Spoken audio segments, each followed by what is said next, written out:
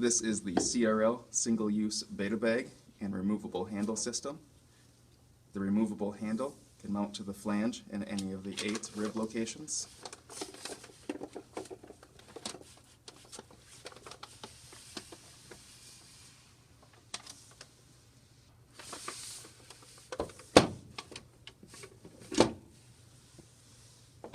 To dock the single-use beta bag, you line the outer bayonets with the RTP and rotate until the fully locked position.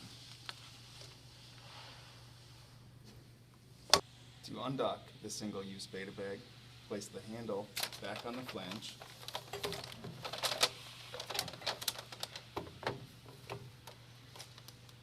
and rotate counterclockwise.